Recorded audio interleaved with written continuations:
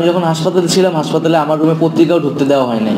পত্রিকাকে এত ভয় পাওয়া শুরু করছে তারা, তখন বিপক্ষ ছিল, ফ্যাসিবাদের পক্ষেই তারা কাজ করেছে।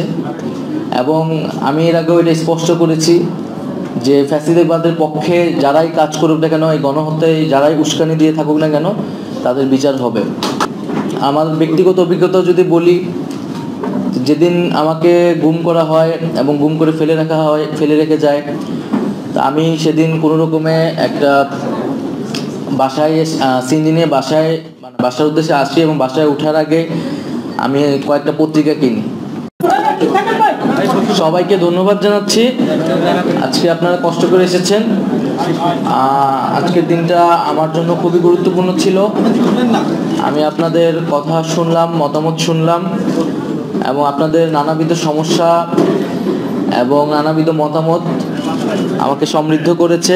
আমি বোঝার চেষ্টা করেছি আপনাদের সমস্যাগুলা কোথায় এবং কিভাবে এটা সমাধান হতে পারে। আপনাদের জায়গা থেকে আপনারা অনেক প্রস্তাবনা করেছেন, আমরা সেগুলা সর্বাত্মক চেষ্টা করব যাতে আপনাদের সেই সমস্যাগুলো সমাধান আমরা দিতে পারি। অডিটিং, বিজ্ঞাপন ও বিল প্রদানের পুরো সিস্টেমটাকে ডিজিটালাইজ করার একটা প্রক্রিয়া চলছে। এবং আরেকটি বিষয় হচ্ছে যে আমাদের এই যে জুলাই অভ্যুত্থান যখন চলেছে, তখন আমাদের সংবাদপত্রের একটা ভালো ভূমিকা ছিল আমি বলবো। কারণ এমন একটা সময়ে এসেছিল যে সারা দেশের মানুষই আবার সংবাদপত্রের উপর নির্ভরশীল হয়ে উঠেছিল। কারণ কিছুটা তথ্য পেলে পত্রিকাতেই পাওয়া যায়। এবং আমরা তো তখন দেখেছি যে ইলেকট্রনিক মিডিয়া একেবারেই কুক্ষিগত, তো সেই সময় সংবাদপত্রই ছিল একমাত্র ভরসা। তো আমার ব্যক্তিগত অভিজ্ঞতা যদি বলি, যেদিন আমাকে গুম করা হয় এবং গুম করে ফেলে রেখে যায়, তা আমি সেদিন কোনো রকমে একটা বাসায় সিনজি নিয়ে বাসার উদ্দেশ্যে আসি এবং বাসায় ওঠার আগে আমি কয়েকটা পত্রিকা কিনে দেশের পরিস্থিতিটা কি, সিনারিটা কি, সেটা বোঝার চেষ্টা করি। তো এরকম ছিল আর কি পরিস্থিতি, যে মানে আমরা আসলে মনে হয়েছে যে একেবারে আগের যুগে ফিরে গেছি, পত্রিকাতেই একমাত্র খবর। এবং ডিবি অফিসে যখন ছিলাম, কোনো রকমে লুকায় টোকায়া কাউকে বলে ধার করে একটা পত্রিকা কোনো রকম আমরা অল্প সময়ের জন্য নিতে পারতাম, যে দেশের পরিস্থিতিকে একটু বোঝার জন্য। তো এরকম পরিস্থিতির মধ্য দিয়ে আসলে আমরা গেছি যে আমি যখন হাসপাতালে ছিলাম, হাসপাতালে আমার রুমে পত্রিকাও ঢুকতে দেওয়া হয় নাই। পত্রিকাকে এত ভয় পাওয়া শুরু করছে তারা তখন, যে আমার রুমে কোনো পত্রিকা ঢুকতে দেওয়া হয় নাই। তো আমি এই জন্য আজকে, যেহেতু আপনারা সংবাদকর্মীরা এবং বিভিন্ন সম্পাদক এসেছেন, তো সেই আন্দোলনে পক্ষ থেকে আমি আপনাদেরকে আন্তরিকভাবে ধন্যবাদ জানাচ্ছি বাংলাদেশের ছাত্র জনতার পক্ষে থাকার জন্য। আবার এর উল্টো দিকও আছে, আমরা জানি যে এই সংবাদকর্মী অনেকেই আন্দোলনের বিপক্ষ ছিল, ফ্যাসিবাদের পক্ষেই তারা কাজ করেছে। এবং আমি এর আগেও এটা স্পষ্ট করেছি যে ফ্যাসিবাদের পক্ষে যারাই কাজ করুক না কেন, এই গণহত্যায় যারাই উস্কানি দিয়ে থাকুক না কেন, তাদের বিচার হবে। সে সাংবাদিক না, কবি না, সাহিত্যিক, এটা বিবেচনায় আমরা নিব না। আবার একই সাথে কোনো সাংবাদিক বা যে কেউ, তার সাথে যদি ইনজাস্টিস করা হয়, তার প্রতি যদি অবিচার করা হয়, সেই বিষয়টিও আমরা দেখব।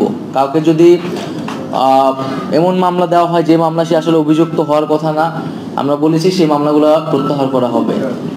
যার যতটুকু অভিযোগ, সেই অভিযোগের ভিত্তিতেই তার বিরুদ্ধে ব্যবস্থা নেওয়া হবে।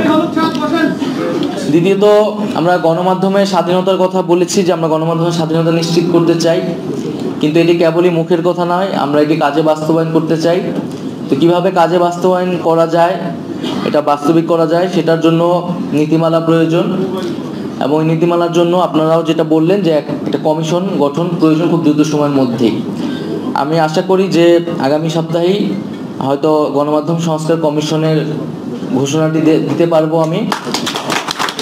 আমাদের প্রধান উপদেষ্টা ডক্টর মোহাম্মদ ইউনূস, উনি জাতিসংঘ থেকে দেশে আসলেই হয়তো এই ঘোষণাটি আসবে। আমি কথা বাড়াবো না, আমি জাস্ট আরেকটি বিষয় আপনাদেরকে বলবো। আমরা গণমাধ্যমের স্বাধীনতা চাই অবশ্যই, কিন্তু আমি আপনাদের কাছে প্রশ্ন রেখে যেতে চাই যে গণমাধ্যমের স্বাধীনতার সীমাটাও বা কতটুকু। আমরা জানি যে স্বাধীনতা মানে আসলে স্বাধীনতা, এখানে কোনো নিয়ন্ত্রণ চলে না। কিন্তু গণমাধ্যমের স্বাধীনতার কথা বলে বা স্বাধীনতার মাধ্যমে কি ফ্যাসিস্টদের পক্ষে প্রচারণা করা যাবে কিনা? গণমাধ্যমের স্বাধীনতার কথা বলে কি ফ্যাসিস্টদের পারপাস সার্ভ করা যাবে কিনা?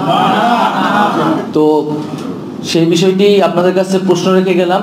আমরা আমাদের দেশ, আমাদের এই যে অভ্যুত্থান, সেইটাকেই প্রাধান্য রেখে, মানদণ্ড রেখেই আমরা সকল স্বাধীনতা কিন্তু নিশ্চিত করতে চাই।